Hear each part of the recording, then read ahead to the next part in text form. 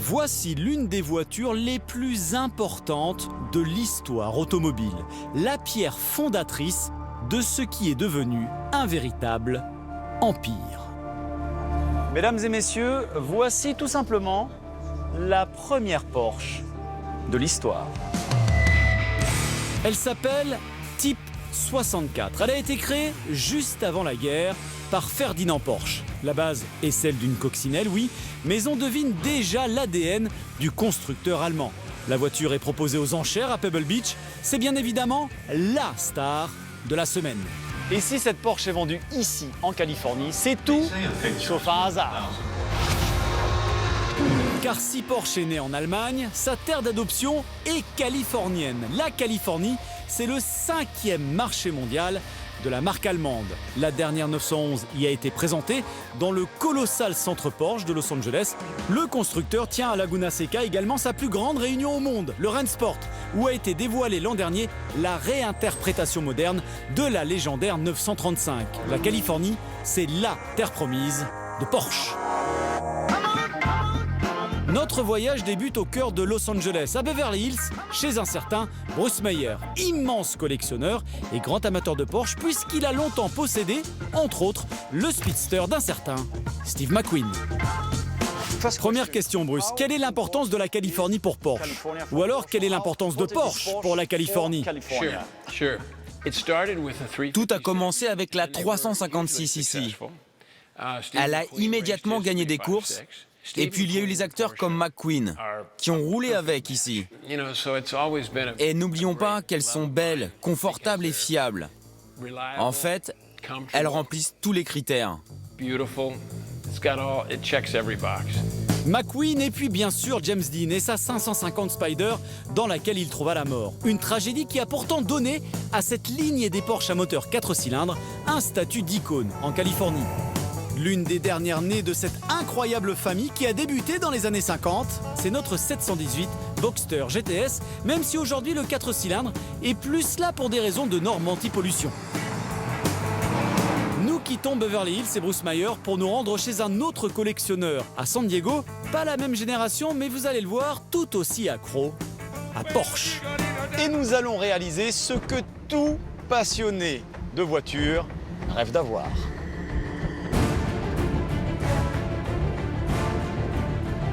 Vous comprenez où on va?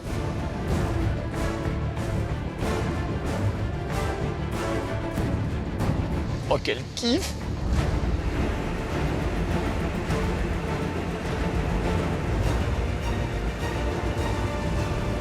Oui, c'est un garage souterrain avec ascenseur privé depuis la rue qui permet, en plus, de voir les voitures depuis le salon. Une idée du propriétaire des lieux qui a rasé son ancienne maison pour construire son garage Porsche façon Batman. Mais elle vient d'où, cette idée? J'aime que mes voitures soient près de moi. Elles sont une vraie passion. Donc les avoir accessibles aussi proches, pouvoir les utiliser tout de suite quand je le désire, c'est vraiment un super privilège. Voilà d'où vient l'idée. Nous quittons la Batcave pour remonter au nord de la Californie.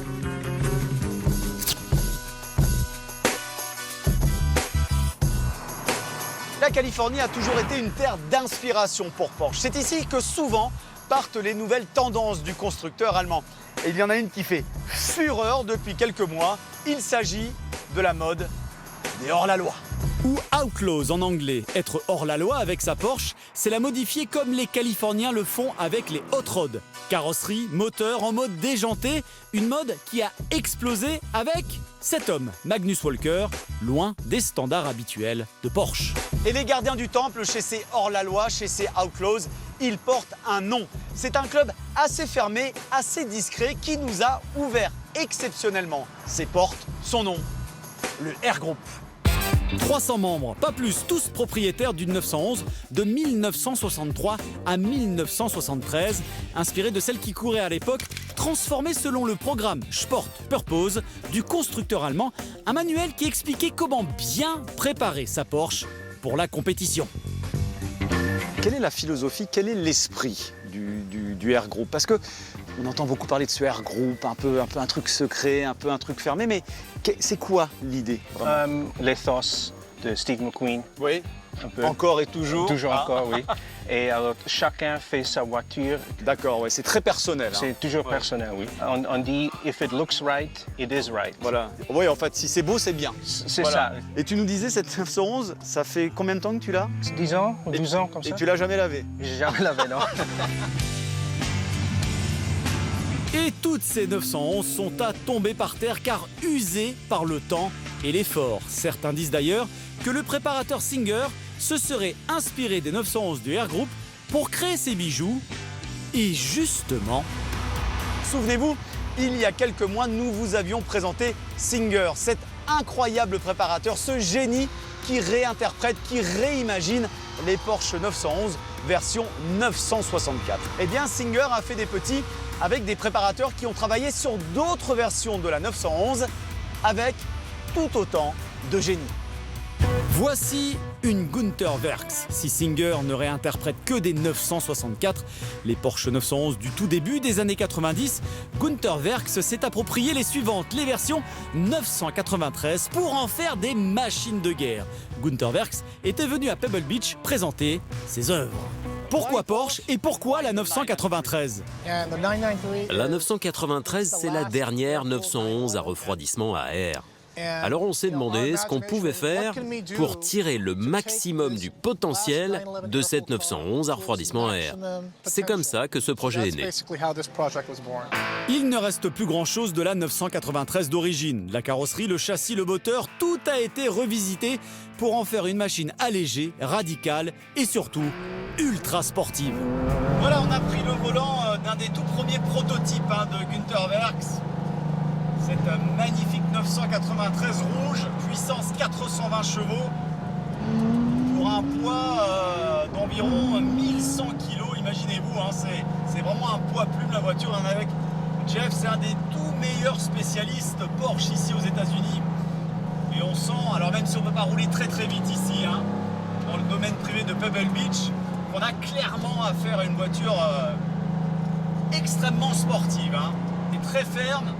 Ça vire à plat, on est clairement dans une philosophie beaucoup plus sportive. hein.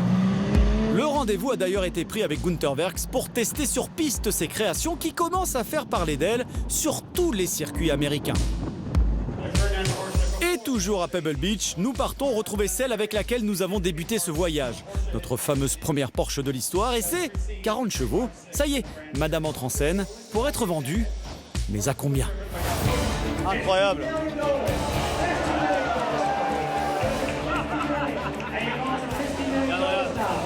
Non, c'est pas possible, on est passé de 30 à 40 à 50 à 60 millions de dollars en l'espace de 30 secondes, c'est incroyable.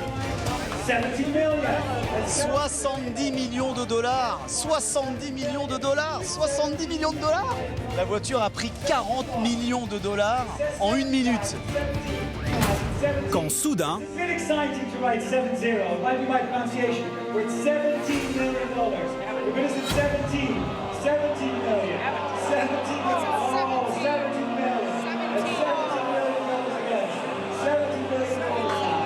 Alors il y a eu un petit couac, hein, c'est que les prix sont montés de manière un peu folle, on l'a vu, mais l'enchère n'était pas de 70, mais de 17 millions. Ce n'était pas 70, mais 17 millions, donc 17 millions. La salle, là, ça râle un petit peu, hein, et on a entendu quelques huées. hein. mais même de 70 à 17 millions de dollars, les enchérisseurs restent muets. La première Porsche de l'histoire n'est tout simplement pas vendue.